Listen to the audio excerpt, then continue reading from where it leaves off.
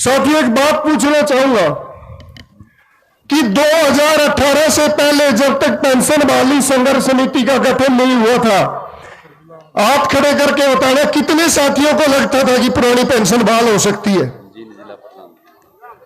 किसी को नहीं लगता था। और आज कितने साथियों को लगता है कि हरियाणा प्रदेश के अंदर पुरानी पेंशन बहाल होगी?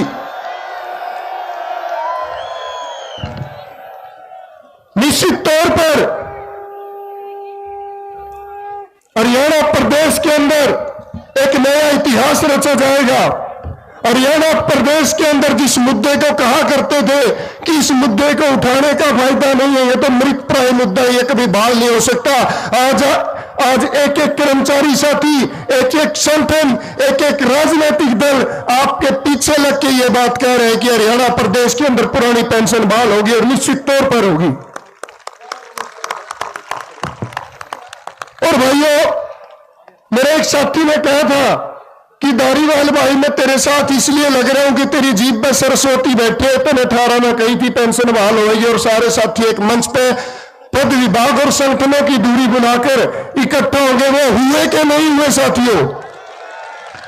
और एक बात और कह रहा हूं साथियों, अगले 6 महीने आप मेरा तन मन और धन के साथ साथ दे देना। निश्चित तौर पर 6 महीने बाद आपकी पेंशन बहाल करवा के आपका छोटा भाई देगा।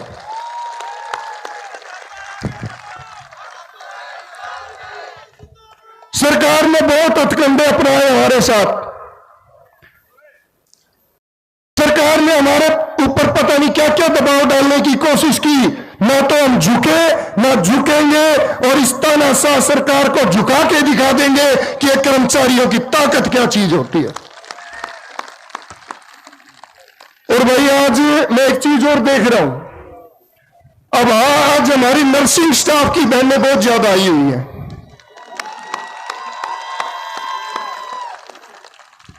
बिजली बोर्ड के साथी तो करंट लगाने में तैयार हो रहे थे भाई, रोडवेज के साथी इनका चक्का जाम करने को तैयार थे, पीडब्ल्यूडी वाले भाई इनके घरों में इनके रोकने के तैयार थे, पब्लिक हेल्थ इनको पानी रोकने को तैयार था, मास्टर डंडा उठाए खड़े थे। और ये नर्सिंग स्टाफ और हमारे मेडिकल स्टाफ ने सुआ निकाल लिया, ऐसा सुआ निकाल लिया जो लगते ही पुरानी पेंशन बहाल होगी।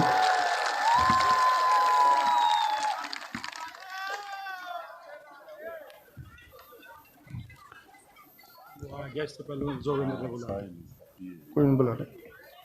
और मेरा भाई प्रदीप ठाकुर को आपने सुना,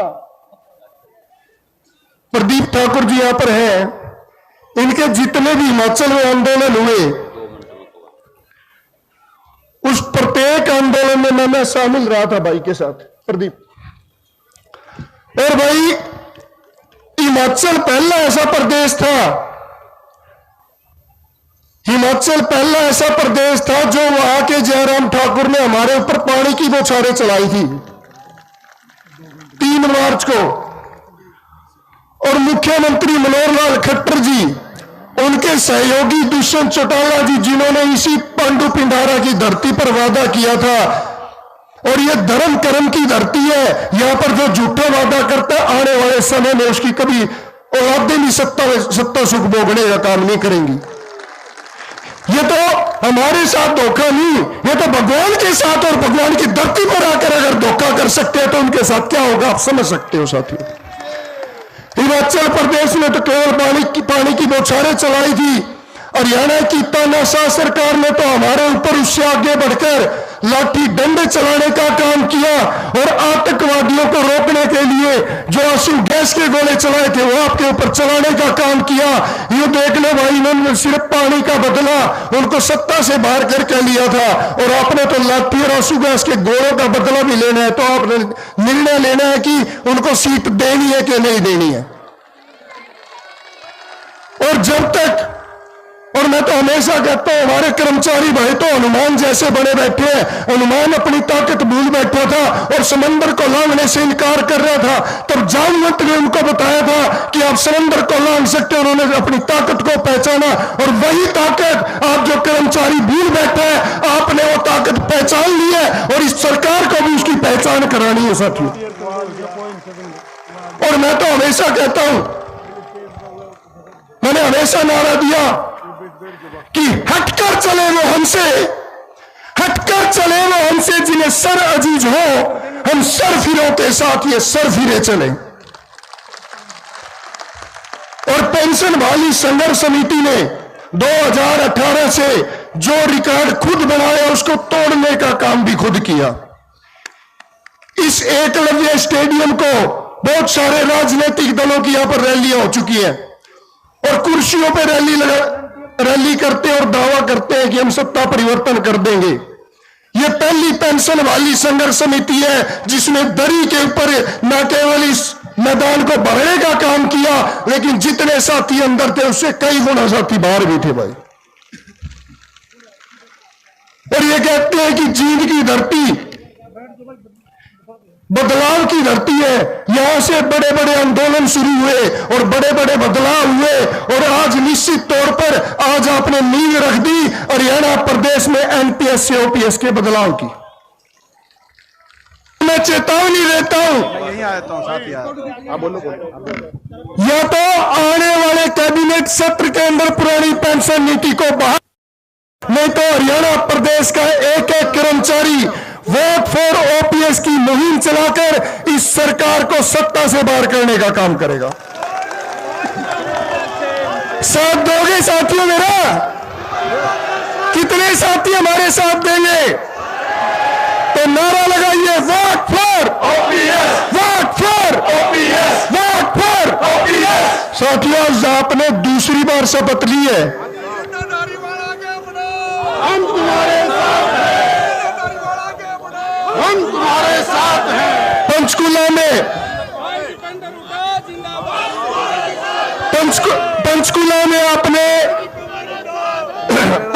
में आपने पहले शपथ ली थी वोट फॉर ओपीएस की।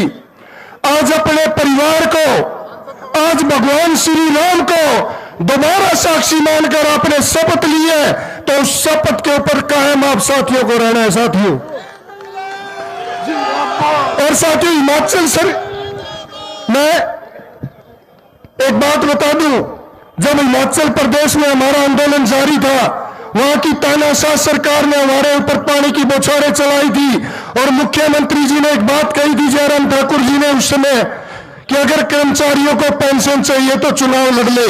तो हमने एक बात कही थी, मुख्यमंत्री जी चुनाव तो हम नहीं लड़ते, चुनाव लड़वाने का काम करते हैं, और अगर आपने पुरानी पेंशन बहाल नहीं करी तो दोबारा सत्ता नहीं देख पाओगे। और उस पर हमारे कर्मचारियों ने मोहर लगाने का काम किया और वहां पर उस सरकार को बदलने का काम किया था। और एक बात और बता दूं, यह बात मैंने नहीं कही, कहीं ये समझते हो कि हमने खोखले दावे कर दिए। मेरे पास वीडियो है, जयराम ठाकुर जी ने पंचकुला में आके मीडिया के पत्रकार बंधुओं के सामने बात कही थी कि अगर मेरी सरकार गई तो केवल और केवल ओपीएस के मुद्दे पर गई। और साथियों, आपका हरियाणा का आंदोलन तो पूरा देश देखता है, सांसद जी ने भी बताया। हरियाणा में भी लाठीचार्ज हुआ, हरियाणा में 19 फरवरी हरियाणा का आंदोलन 24 राज्यों में हमारा संगठन है। संगठन का राष्ट्रीय संगठन का राष्ट्रीय मुख्य संगठन सचिव होने के नाते मैं हर प्रदेश में, देश के हर कोने में इस आंदोलन को बुलंद करने के लिए गया। मैं वहां भी गया जहां कर्मचारी ना हमारी आवाज सुनते थे, ना हम उनकी आवाज समझ पाते थे, उनकी भाषा समझ पाते थे, लेकिन हमारी भावना एक थी, हमारा मुद्दा एक था। अगर ओपीएस होता तो हम जिंदाबाद के नारे लगाते, एनपीएस और सरकार होती तो मुर्दाबाद के नारे लगाने का काम करते। और साथियों, उसी संघर्ष की बदौलत 5 राज्यों में पुरानी पेंशन बहाल हो चुकी है। और आज इस मंच से मैंने पहले भी आपका साथ मांगा, फिर मांग रहा हूं साथियों, अगले 6 महीने साथ दे देना। अगले 6 महीने के बाद हरियाणा प्रदेश 6ठा राज्य होगा जहां पुरानी पेंशन बहाल होगी।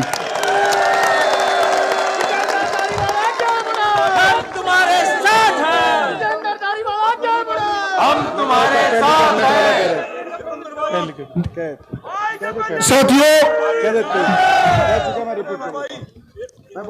1 अक्टूबर की आपकी महारैली दिल्ली के रामलीला मैदान की, आप उसके साक्षी थे। वहां पर हमारे नेता प्रतिपक्ष माननीय भूपेंद्र सिंह हुड्डा जी ने, जिन्होंने हमेशा विधानसभा में हमारी आवाज बनने का काम किया, जब हमारे ऊपर लाठी डंडे और आंसू गैस के गोले चले, तब वहां पर उन्होंने हमारा साथ देने का और हमारे साथ खड़े होने का काम किया। और दिल्ली में आकर उन्होंने वादा किया था कि पहली कैबिनेट में वो पुरानी पेंशन बहाल करेंगे, और दीपेंद्र जी भी वो वादा आपके बीच में दोहराना चाहते हैं। दीपेंद्र जी, ये कुछ साथी कह रहे हैं कि अपना, ये कह रहे हैं कि पहली कैबिनेट की बात, तो ये मैं कहना चाहता हूं, और आपने लाठी की बात करी कि आपने आंदोलन किया,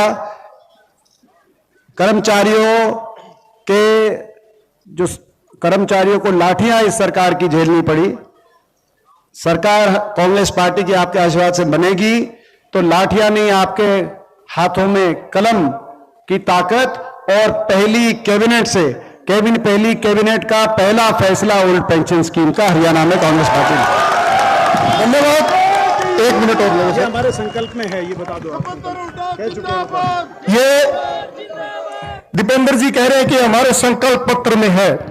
और साथियों, मैं इस सरकार को चेता देना चाहता हूं, हमारे कोई खोखले वादे नहीं है। पेंशन बहाली संघर्ष समिति कर्मचारियों का वो संगठन है जहां कर्मचारी पद, विभाग और संगठनों की दूरी बुलाकर एक मंच पर है, और आज 5200 से ज्यादा गांवों में हमारी कमेटियां बन चुकी हैं। साथियों, जो धरातल पर जाकर वोट फॉर ओपीएस की मुहिम को लागू करने का काम करेंगी, तो आप सभी साथी और साथियों, एक फैसला और हम लेंगे। वो फैसला और राज्य कार्यकारिणी की भी मीटिंग होगी, और जो लोकसभा के चुनाव है उसके लिए आंदोलन की हम रणनीति तय करेंगे। जब तक, अगर मैं दोबारा वो बात कह रहा हूं, सरकार को चेतावनी आपके यहां से यह निवेदन लगा ले सरकार कि अगर 20 फरवरी से शुरू हो रहे कैबिनेट बजट सत्र के अंदर पुरानी पेंशन बहाल नहीं होती, तो हरियाणा प्रदेश का एक एक कर्मचारी सड़क पर होगा और वोट फॉर ओपीएस की मुहिम को जन जन तक ले जाने का काम करेगा। जय हिंद, जय भारत।